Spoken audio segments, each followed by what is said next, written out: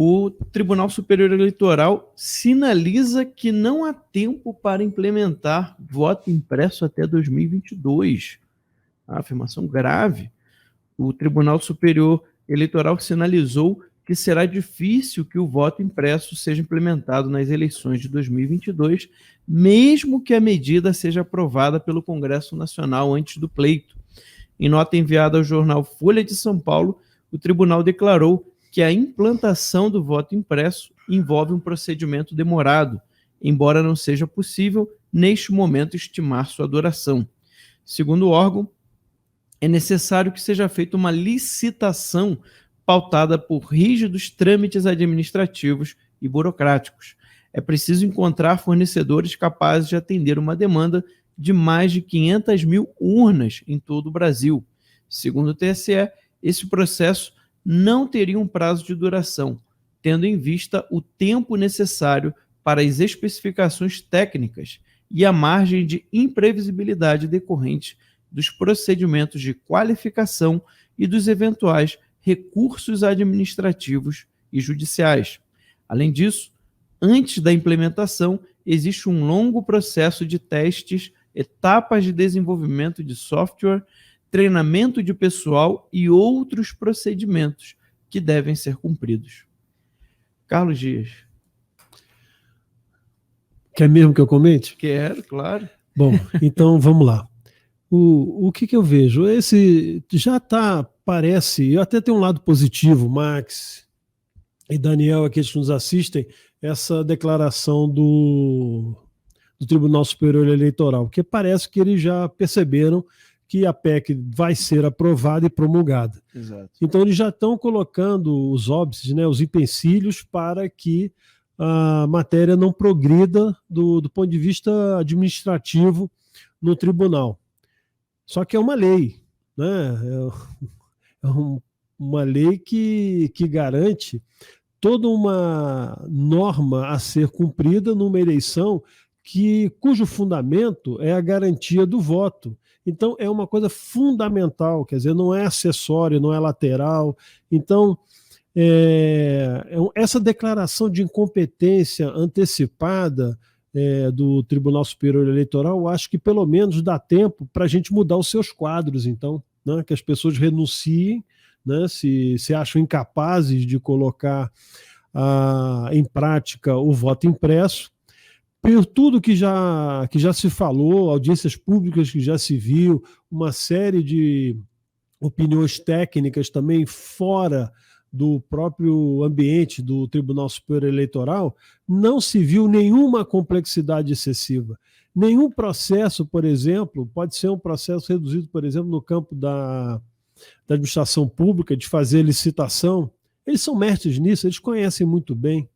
Então eu não me sinto, sinceramente, sensibilizado com a argumentação que foi dessa nota do Tribunal Superior Eleitoral e vejo que é uma prova de uma barreira que eles querem colocar. Eles, na verdade, querem, de fato, obstruir, sob todos os aspectos, querem obstruir a possibilidade de a lei consagrando o voto impresso ele seja implementado de maneira administrativa com os empecilhos burocráticos que eles querem criar. É isso.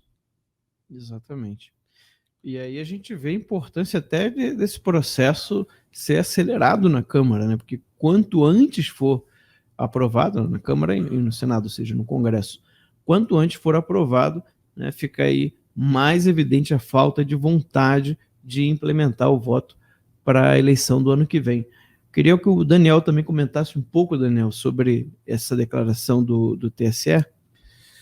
Mais uma declaração infeliz, porque inicialmente cai a narrativa, então, de que inicialmente a discussão estava pautada pela questão do recurso financeiro.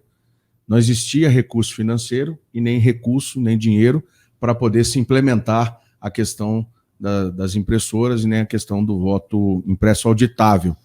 Agora, uma vez que eles já sentem que o Congresso, após o presidente Arthur Lira, junto com o presidente Jair Bolsonaro, lá em Alagoas, numa inauguração, falar que daria andamento à votação, tanto na comissão especial quanto em plenário, e até o presidente da República disse que a Bia Kicis era a mãe da PEC e o Arthur Lira agora o pai da PEC, né, num vídeo. Verdade, verdade. Então, nós temos aí, então, agora a outra, né, o ajuste das narrativas falsas, dizendo que não pode se implementar devido a esse problema de tecnicidade, esse problema da licitação. Beleza. Qual foi a explicação que o presidente do TSE e os técnicos do TSE deram para a falha que aconteceu nas eleições de 2020, com o tempo e com o recurso que teve durante esse período das eleições de 2020, quando uma nuvem falhou na captação dos 26 estados que estavam em votações municipais? Qual foi a explicação? Como foi feita a análise administrativa, técnica, a questão do edital, como foi feita a licitação, por que foi escolhido aquela empresa que falhou, que colocou sob a questão, né, sob júdice, o pensamento do povo brasileiro sobre a questão da transparência e a questão da legitimidade do seu voto quando não trabalhou da mesma forma que era em 2018, Max. Sim. Em 2018, era uma apuração rápida, apesar de nós termos aí algumas questões, algumas dúvidas específicas, mas foi uma apuração rápida porque os 26 estados e o Distrito Federal, e os próprios tribunais regionais eleitorais, apuravam, recebiam, subia o trabalho feito da apuração das urnas ali e enviava ao TSE. Dessa vez, agora não. Foi diretamente enviado e a nuvem não suportou. E ninguém explica nada. Não foi feita nenhuma proposta de fiscalização financeira na Comissão de Fiscalização Financeira da Câmara, não foi feita nenhuma pergunta, não foi feita nenhuma comissão externa pela Câmara ou pelo Senado para poder se investigar o que aconteceu de fato. Então, eu acho que está na hora, Max e Carlos Dias, espectadores, dos deputados e senadores confrontarem essas argumentações que muda a narrativa, porque anteriormente a narrativa era o seguinte, lá desde Rosa Weber e agora com o Barroso, não temos dinheiro, não temos orçamento. Ora, agora quer dizer que já com a aprovação da aprovação da PEC, na comissão especial e na plenário, né, da Câmara, indo à CCJ do Senado, depois plenário do Senado, podendo se promulgar o texto coincidente, agora o problema é que não vai ter tempo hábil para fazer todos os trâmites administrativos e técnicos do processo. Ora, mas todo mundo sabe que no dia também da eleição, o ministro Barroso, acompanhado de outros ministros, estavam aqui em Valparaíso fazendo teste para votos em máquinas de empresas, né, inclusive uma empresa chinesa, fazendo teste de voto por celular. Quem se lembra disso? Exato. Relembrando aqui o que aconteceu no dia da eleição agora, em 2020.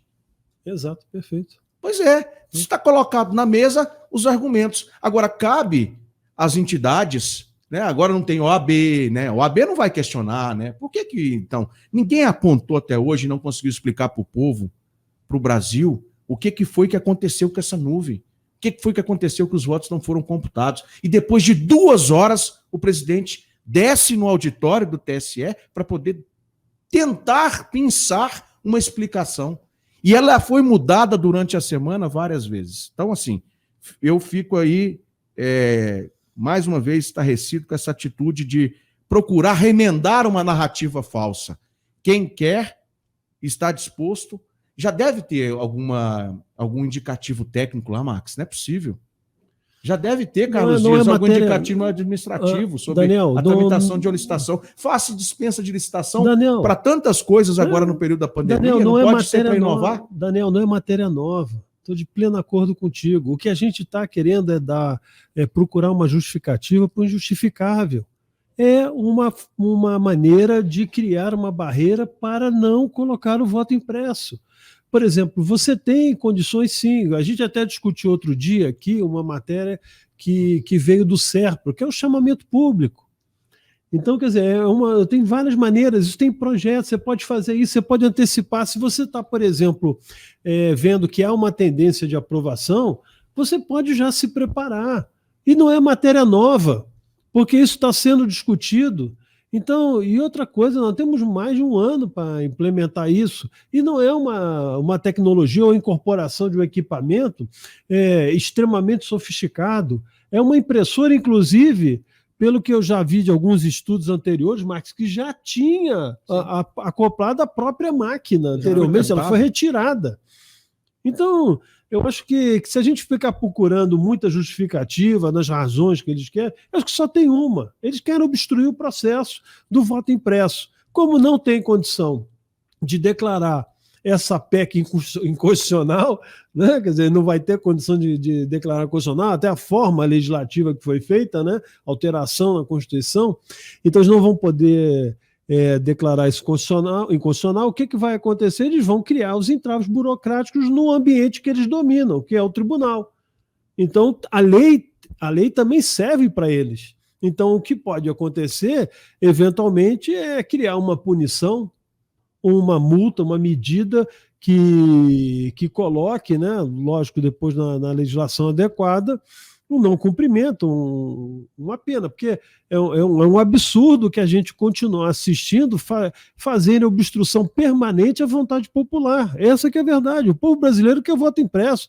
Vocês não viram ontem as pessoas saindo às ruas de moto? Não viu há cerca de 3 semanas as manifestações populares? Mais de 40 milhões de pessoas na rua.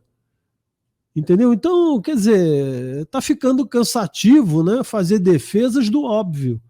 Então, está na hora dessa gente se recolher, né, à sua condição. Se querem ser força política, constituam as suas unidades partidárias, vão abertamente pedir o voto para a população brasileira, expliquem as razões pelas quais vocês querem alterar procedimentos, processos, legislações, mas façam nas vias normais, tradicionais que a Constituição garante, que é o processo eleitoral. Ninguém garante, como já foi falado aqui no bloco anterior, ninguém garante a supremacia do Supremo ou de qualquer juiz sobre a legislação, sobre a vontade do povo expressa na Constituição. Então, está na hora da gente, vamos dizer assim, reafirmar o nosso posicionamento em relação ao voto impresso e obrigar essas autoridades a seguir aqueles que eles têm obrigação de atender, que é não só a legislação, mas a legislação que advém do interesse popular. O povo brasileiro quer voto impresso e o Tribunal Superior Eleitoral tem que fazer o seu melhor esforço para implementá-lo com segurança.